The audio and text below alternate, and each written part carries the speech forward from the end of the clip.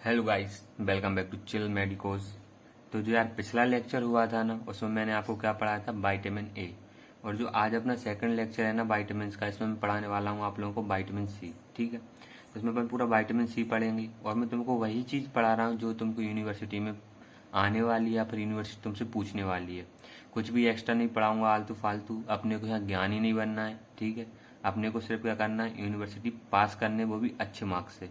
ठीक है, तो अपन को ना बायोकेमिस्ट्री में वही वही फोकस करना है जो यूनिवर्सिटी पूछती है। ठीक है, ये अपने को अच्छे से करके रख लेना। और बाद में अगर आपको अपने नॉलेज के लिए पढ़ना है तो उसके लिए यार इतनी सारी बुक्स पढ़ी हैं, स्टैंडर्ड बुक्स हैं, तो आप उनकी रीडिंग भी लगा सकते हो। बट लेकिन जो अपना बेसिक्स है, जो पूछती है यूनिवर्सिटी, मतलब कि यार यूनिवर्सिटी भी वही पूछती है जो कि अपने को फर्दर सेकेंड ईयर या थर्ड ईयर में यूज आने वाला हो। ठीक है, तो चलो यार वीडियो को अपन स्टार्ट करते हैं। और हाँ यार, आप लोग यार ना सब्सक्राइब कर रहे हो ना शेयर कर रहे हो वीडियोस को, तो यार आप लोग थोड़ा शेयर करो, सब्सक्राइब करो। आप लोगों के लिए यार इतना मेहनत करके मैं नोट्स बना के ला रहा हूँ, है ना। तो यार एक तो देखो यार, राइटिंग भी देखो कितनी मस्त लिख के ला रहा हूँ मैं, है ना। तो सब मजाक है यार, मजाक है, इतनी अच्छी भी नहीं है मेरी राइटिंग। ठीक है, तो ना आप लोग भी यार थोड़ा फोकस करो, ठीक है। लाइक करो, शेयर करो, सब्सक्राइब करो। तो चलो ठीक है, स्टार्ट करते हैं अपन अपना विटामिन सी। तो जो विटामिन सी होता है ना, इसका एक और नाम है एस्कॉर्बिक एसिड। आपको इसको याद करके रखना पड़ेगा। कभी कभी हो सकता है मे भी यूनिवर्सिटी आपसे डायरेक्ट नहीं इनडायरेक्ट क्वेश्चन पूछ ले, डिफाइन एस्कॉर्बिक एसिड, ठीक है, ऐसे करके। तो चलो ठीक है, आगे बढ़ते हैं। विटामिन सी, ठीक है, मैंने आपको पहली वीडियो जनरल इंट्रोडक्शन बता दिया है कि vitamin C is a water soluble. अगर वाटर सॉल्यूबल विटामिन है ये, तो क्या होगा, अपनी बॉडी से एक्सक्रीट हो जाएगा। अगर बॉडी से अगर ये एक्सक्रीट हो रहा है तो क्या होगा, तो इसका जो अमाउंट है, जो अपने को डेली रिक्वायर्ड है, तो वो अपने को अपनी डाइट से लेना पड़ेगा ही, है ना। इतना समझ आता है। अब बात करते हैं आगे। तो पहले बता रहा हूँ आपको इसका स्ट्रक्चर, ठीक है। तो स्ट्रक्चर में आप एक बात याद कर लें कि जो विटामिन सी उसको अपन एस्कॉर्बिक एसिड भी बोल सकते हैं, ठीक है। तो अब क्या है, जो एस्कॉर्बिक एसिड है ना यार, ये रिसेंबल दैट ऑफ कार्बोहाइड्रेट, मतलब जो कार्बोहाइड्रेट्स रहते हैं ना उन जैसा ही दिखता है, ठीक है। और उनमें भी कौन सा, जो मोनोसेक्राइड्स होते हैं ना, जैसे मैंने बताया आपको ग्लूकोज, ठीक है, जो मैंने आपको वहाँ बताए थे बहुत सारे मोनोसेक्राइड्स, तो उन जैसा ही मतलब रिसेंबल होता है, मतलब मोनोसेक्राइड नहीं होता है बट उन जैसा दिखता है, ठीक है। और जो एस्कॉर्बिक एसिड रहता है ना, ये हेक्सोस शुगर होती है, ठीक है। हेक्सोस शुगर टाइप में रहता है C6, ठीक है। 6 कार्बन होंगे इसके अंदर। अब बात करते हैं आगे, जो अपना एस्कॉर्बिक एसिड है, तो आपको एसिड से ही समझ में आ रहा होगा कि इसका जो नेचर है वो एसिडिक होने वाला है, ठीक है। और एसिडिक क्यों होता है, क्योंकि इसमें इनोलिक हाइड्रोक्सी ग्रुप प्रेजेंट होते हैं, ठीक है। अब क्या होगा यहाँ पे कि जो इनोलिक हाइड्रोक्सी ग्रुप प्रेजेंट होते हैं ना, इसकी वजह से ये ना स्ट्रॉन्ग रिड्यूसिंग एजेंट की प्रॉपर्टी शो करता है, ठीक है। तो आप इसको याद कर लेना, जो विटामिन सी है वो स्ट्रॉन्ग रिड्यूसिंग एजेंट होता है, ठीक है। अब क्या होता है, अपन सिंथेसिस की बात करते हैं कि जो एस्कॉर्बिक एसिड होता है ना यार नॉर्मली, और उसकी सिंथेसाइज देखें कि कहाँ सिंथेसिस होता है, तो जो यार एनिमल्स होते हैं, जो लोअर एनिमल्स होते हैं ना, उनमें इसकी सिंथेसाइज होती है, मतलब वहाँ पे इसकी सिंथेसिस होती है, मतलब उनकी बॉडी खुद ही इनका फॉर्मेशन कर लेती है। बट लेकिन अगर ह्यूमंस की बात करते हैं ना यार, वहाँ पे ये चीज़ हो जाती है अपसेंट। अपसेंट क्या होता है, क्योंकि यहाँ पे क्या रहता है, एक एंजाइम होता है जिसकी यहाँ पे डिफिशियंसी होती है ह्यूमंस में, जिसका नाम है अपना ग्लूकोनोलैक्टोन ऑक्सीडेस। इसको आप अच्छे से याद कर लेना, इस पर आपका एमसीक्यू भी आ सकता है या फिर पीजी में भी पूछा जा सकता है, ठीक है। तो ना आप इसको अच्छे से याद कर लेना कि ये अपना सिर्फ मतलब एनिमल्स में फॉर्मेशन होता है इसका एस्कॉर्बिक एसिड का, ह्यूमंस में नहीं होता है। क्यों, क्योंकि यहाँ पे एक एंजाइम की डिफिशियंसी होती है जिसको बोलते हैं अपन ग्लूकोनोलैक्टोन ऑक्सीडेस, ठीक है। ये हो गया। अपना सेकंड पॉइंट क्या है, अपन को यहाँ पे देखना active form of vitamin C, ठीक है। जो है VC लिख रखा है ना, यहाँ वीडियो कॉल कुछ नहीं होने वाला है, ठीक है। यहाँ पे इसका मतलब है विटामिन सी, ठीक है। तो जो इसका एक्टिव फॉर्म रहता है ना, वो एक्टिव फॉर्म होता है इसका एल मतलब लीवोरोटेटरी एस्कॉर्बिक एसिड, ठीक है। और जिसका डी फॉर्म रहता है ना एस्कॉर्बिक एसिड का, वो अपना यहाँ पे होता है इनएक्टिव फॉर्म। तो आप इसको याद रखना, इस पे में से एमसीक्यू तो नहीं आएगा, बट फिर भी आप अपने नॉलेज के लिए ना कीवर्ड्स ना याद करके रखा करो, ठीक है। अब बात करते हैं इसके RDA की। अभी तक आप RDA तो समझ गए होंगे, RDA का मतलब क्या होता है, ठीक है। मतलब कि डेली अपने को कितने अमाउंट में जरूरत पड़ रही है, ठीक है, रिक्वायर्ड डेली अलाउंस, ठीक है। तो अपना जो विटामिन सी होता है ना, इसका होता है अपना 60 से लेके 75 मिलीग्राम, ठीक है, या फिर mg पर डे, ठीक है। तो आपको इसको याद कर लेना है, ठीक है। 60 से 75 के बीच में होता है अपना, ठीक है, mg पर डे, ठीक है। अगर कोई भी अगर लेडी है यार, ठीक है, अगर वो प्रेगनेंसी की स्टेज पे है, या तो फिर वो लैक्टेशन कर रही है आफ्टर द पोस्टपार्टम, ठीक है, तो उसके बाद क्या होता है कि जो इनकी जो नीड होती है ना यार कैल्शियम की ना, जो अपना विटामिन सी होता है ना, उसकी नीड इंक्रीज हो जाती है। इस वजह से क्या होता है जो पर डे रिक्वायरमेंट होती है ना, वो अपने को कितना लेना पड़ता है, 100 मिलीग्राम पर डे, ठीक है। तो इसको भी आप अच्छे से याद कर लेना, ठीक है। अब मैं आप लोगों को बताने वाला हूँ इसमें सोर्सेस, ठीक है, कि जो विटामिन अपना सी है ना, इसकी जो सोर्सेस हैं तो आपके कहाँ कहाँ से मिलने वाला है, ठीक है। तो आपको इसको ऐसे याद रखना, जो मेन सोर्स है, ठीक है, उनको आपको याद ही रखना है। लीफी वेजिटेबल्स, ठीक है। फ्रूट्स, फ्रूट्स में कौन से आने वाले हैं अपने, सिट्रस, मतलब कि जो थोड़े अपने मतलब सिट्रिक एसिड कंटेनिंग होते हैं, वैसे समझ लो आप इसको, ठीक है। तो सिट्रस फ्रूट्स आने वाले इसमें, स्ट्रॉबेरीज आने वाले हैं, टोमेटोज, स्पेनिच एंड पोटैटोज। तो इनको आप अच्छे से याद कर लेना। अगर मैं यहाँ पे सीरियल्स की बात करता हूँ तो उनके अंदर कोई भी विटामिन सी नहीं होता है, ठीक है, ये बात अच्छे से याद कर लेना। Animal tissue and dietary products are very poor source, मतलब कि जो एनिमल टिश्यू होते हैं यहाँ पे, जो अपन बता रहा हूँ यहाँ पे, जो डेयरी के जो प्रोडक्ट्स होते हैं ना डेयरी वाले से, मिल्क वगैरह जो सब हुए चीज मीज, तो इनके अंदर काफी लो अमाउंट में अपना विटामिन सी मिलेगा, ठीक है। अब अपना जो फोर्थ पॉइंट है यार, उसमें अपन देखेंगे इसके बारे में क्या, इसका एब्जॉर्प्शन, ट्रांसपोर्टेशन और इसका मेटाबॉलिज्म, ठीक है। तो आपको ऐसे याद रखना है कि जो अपना स्टमक होता है, तो स्टमक से अपना एब्जॉर्प्शन होगा किसका, एस्कॉर्बिक एसिड का, ठीक है। तो वहां से अपना हो जाता है, मतलब जो एब्जॉर्प्शन है एस्कॉर्बिक एसिड का, बट क्या होता है कि स्टमक में एस्कॉर्बिक एसिड रहता है ना, वो कभी कभी क्या हो जाता है, कन्वर्ट हो जाता है, काय में कन्वर्ट होता है, वहां पे डिहाइड्रोक्सी फॉर्म में, ठीक है। क्यों, क्योंकि जो एस्कॉर्बिक एसिड है और इसका एक डिहाइड्रोक्सी फॉर्म भी होता है, तो क्या होता है ये दोनों आपस में इंटर कन्वर्जन होते हैं, मतलब कि एक दूसरे में कन्वर्टिंग होते रहते हैं। इस वजह से क्या होता है कि बहुत सारा जो एक्टिव फॉर्म रहता है ना एस्कॉर्बिक एसिड का, वो कन्वर्ट हो जाता है डिहाइड्रोक्सी फॉर्म में। तो ये तो मैंने बता दिया आपको एब्जॉर्प्शन का, ठीक है। अब क्या होता है, ये ट्रांसपोर्ट होके जाता है, ठीक है, ब्लड के थ्रू, और कहाँ जाके पहुंचता है, ये अपना पहुंचता है एड्रिनल ग्लैंड में, ठीक है, या फिर पिट्यूटरी ग्लैंड में, या फिर रेटिना में, ठीक है। तो इन तीनों में क्या हो जाता है, ये जाके वहां पे स्टोर हो जाता है। अगर वहां पे जाके स्टोर हो रहा है तो क्या होगा कि वहां पे जो कंसंट्रेशन रहेगा अपना विटामिन सी का या एस्कॉर्बिक एसिड का, वहां पे इंक्रीज हो जाता है एज अ प्लाज्मा। अगर प्लाज्मा की मैं बात करता हूँ तो प्लाज्मा में वहां पे इसका कंसंट्रेशन कम रहेगा एज कम्पेयर टू या फिर एड्रिनल ग्लैंड या फिर पिट्यूटरी ग्लैंड, ठीक है, या फिर रेटिना, इनके कंपैरिजन में, ठीक है। अब मैं बात करूं एस्कॉर्बिक एसिड की, तो उसकी जो हाफ लाइफ होती है ना, हाफ लाइफ का मतलब क्या होता है, ऐसे मान के चलो कि आपके पास ऐसे मान के चलो कि आपके पास कुछ अमाउंट मान चलो, ऐसे मान चलो मेरे पास 10 उंगलियां, ठीक है, 10 उंगलियां हैं, तो क्या होगा कि एक ऐसा टाइम होगा कि उस टाइम पे मेरी उंगलियां डिग्रेड होकर ना सिर्फ 5 ही बचेंगी, ठीक है, मतलब कि हाफ अमाउंट होना किसी भी चीज का, ठीक है। तो उस टाइम को क्या बोलेंगे अपन, हाफ लाइफ, ठीक है, उस सब्सटेंस की जो भी चीज है, ठीक है। तो मतलब इसका मतलब क्या है कि जो 16 डेज है, मतलब कि 16 दिन के अंदर जो इतना भी अपने अंदर एस्कॉर्बिक एसिड होगा, ठीक है, तो ऐसे मान चलो आज लिया मैंने, ठीक है, तो 16वें दिन पे क्या हो जाएगा, वो उसकी जितनी भी क्वांटिटी होगी उससे वो हाफ हो जाएगा, ठीक है। तो ये हुई इसकी हाफ लाइफ, ठीक है।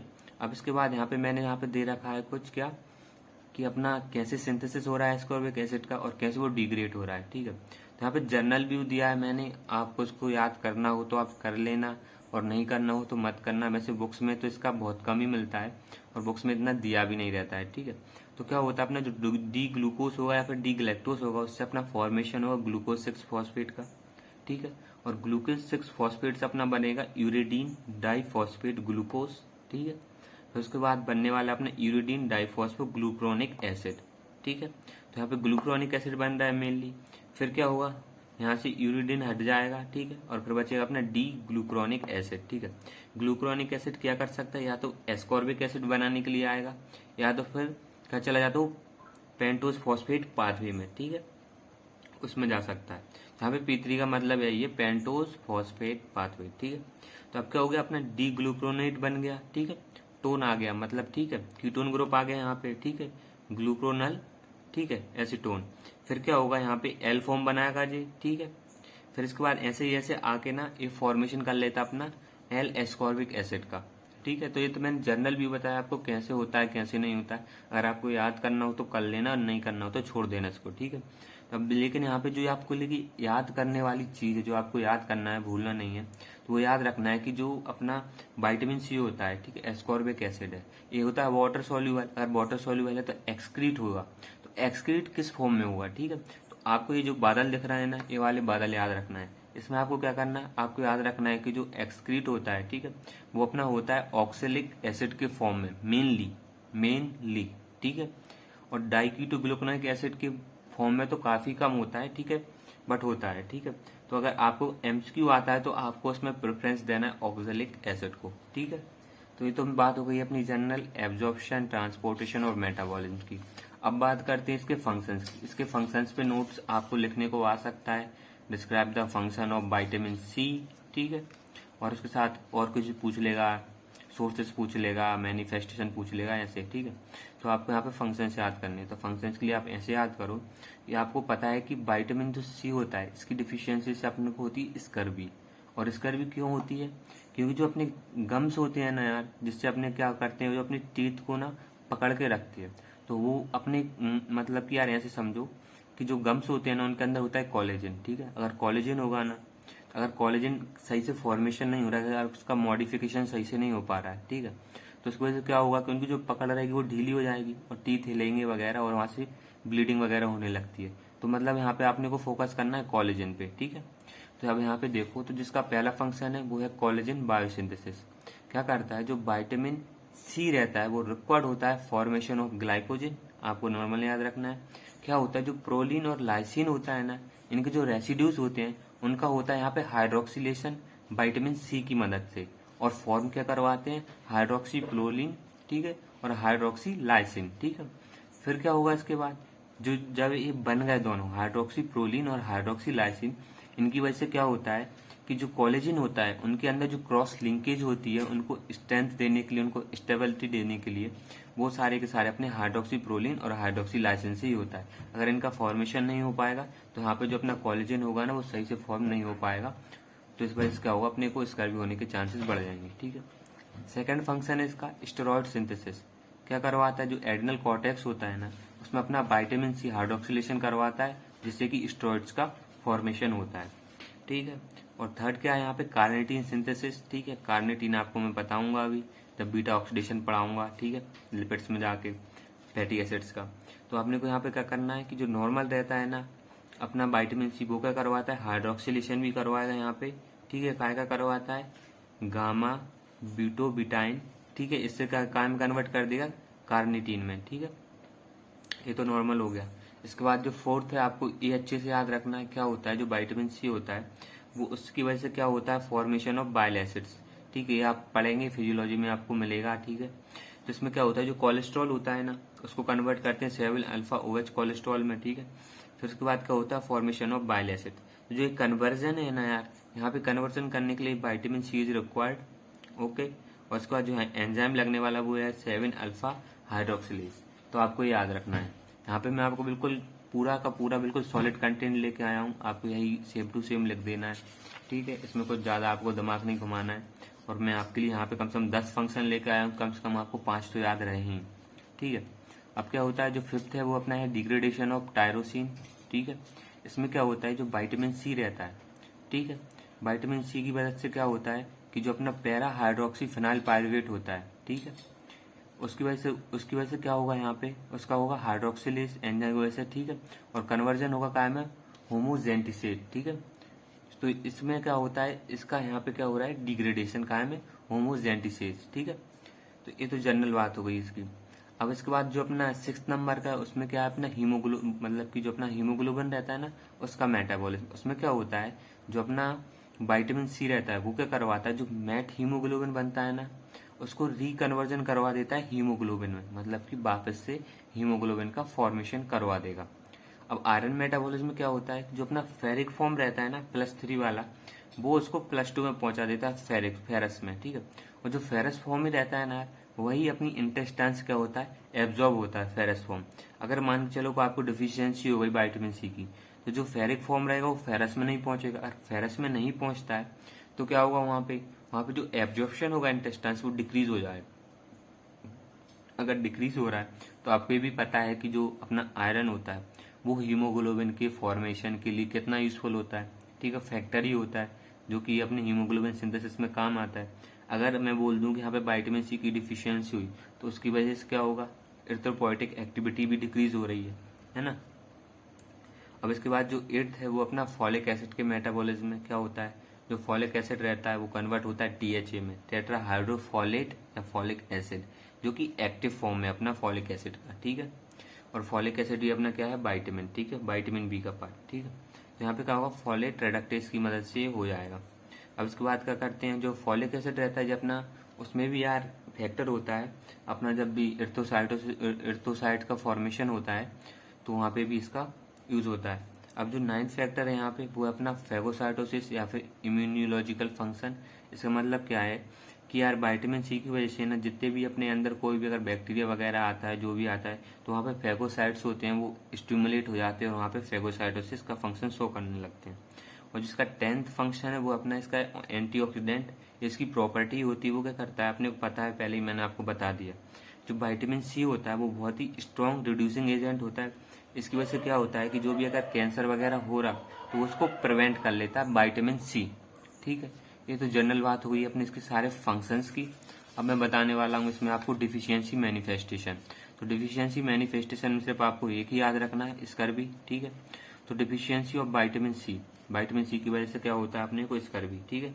अब क्या होगा, अगर विटामिन सी की डिफिशियंसी हो गई तो क्या होगा, तो डिफिशियंट कोलेजन फॉर्मेशन, कोलेजन का फॉर्मेशन कम होगा। इस वजह से क्या होगा, इंक्रीज ब्लीडिंग टेंडेंसी, जो अपने गम्स हैं, ठीक है, तो उनसे क्या होगी, ब्लीडिंग की टेंडेंसी इंक्रीज हो जाएगी, मतलब कि बढ़ जाएगी, मतलब वहां से ब्लड निकालना जल्दी हो सकता है, मतलब ब्लड निकलने लगेगा, ठीक है।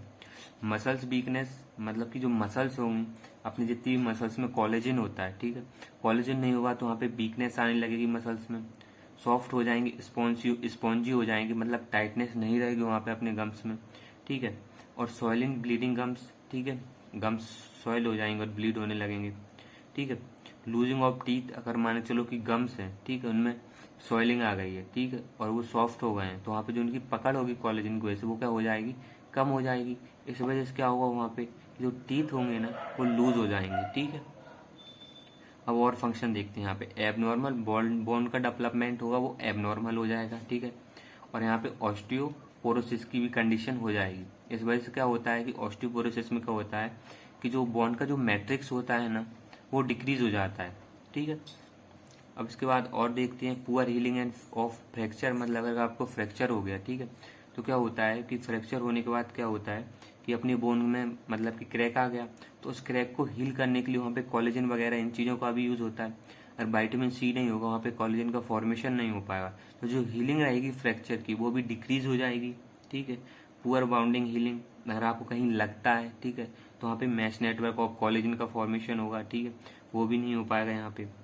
अब जो एक और पॉइंट है कि एनीमिया भी हो जाता है अगर विटामिन सी की डिफिशियंसी। क्यों, अगर विटामिन सी की डिफिशियंसी है, मैंने आपको पहले ही बताया था कि जो वहाँ पे फेरस फॉर्म अपना एब्जॉर्ब हो रहा था इंटेस्टाइन से, वो नहीं हो पाएगा क्योंकि वो फेरिक में ही रह जाएगा।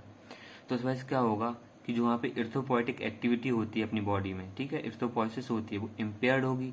इस वजह से क्या होगा कि अपनी बॉडी में आरबीसी का काउंट डिक्रीज होगा एंड वहाँ पे क्या होगा, एनीमिक कंडीशन डेवलप्ड हो जाएगी। अब और क्या होता है अपना हीमोरेजिक टेंडेंसी, ऐसे मान के चलो कि आपके पास कोलेजन नहीं है, कोलेजन एबनॉर्मल है, तो क्या होता है जो इंटरसेलुलर सीमेंटिंग मटेरियल होता है अपना कोलेजन, तो उस वजह से क्या होगा जो वहाँ पे सही सीमेंटिंग थी, राइट सीमेंटिंग थी, टाइट सीमेंटिंग थी, तो वहाँ पे क्या होगा वो सीमेंटिंग ठीक नहीं रह पाएगी, तो वहाँ पे क्या होगा जो अपनी कैपिलरीज वगैरह होती है ना वो फ्रेजाइल हो जाती हैं, ठीक है, मतलब कि वो जल्दी टूट सकती हैं, फूट सकती हैं, ऐसा समझ लो आप, ठीक है। उस वजह से क्या होता है ब्लीडिंग के चांस इंक्रीज हो जाएंगे। अगर वहाँ पे ब्लीडिंग के चांस इंक्रीज हो रहे हैं तो क्या होगा, तो इंटरनल ब्लीडिंग के चांस इंक्रीज हो जाएंगे। तो यहाँ पे क्या होता है कि इंटरनल ब्लीडिंग के चांस इंक्रीज हो जाते हैं, जिसको अपन बोलते हैं इंटरनल हीमरेज, ठीक है।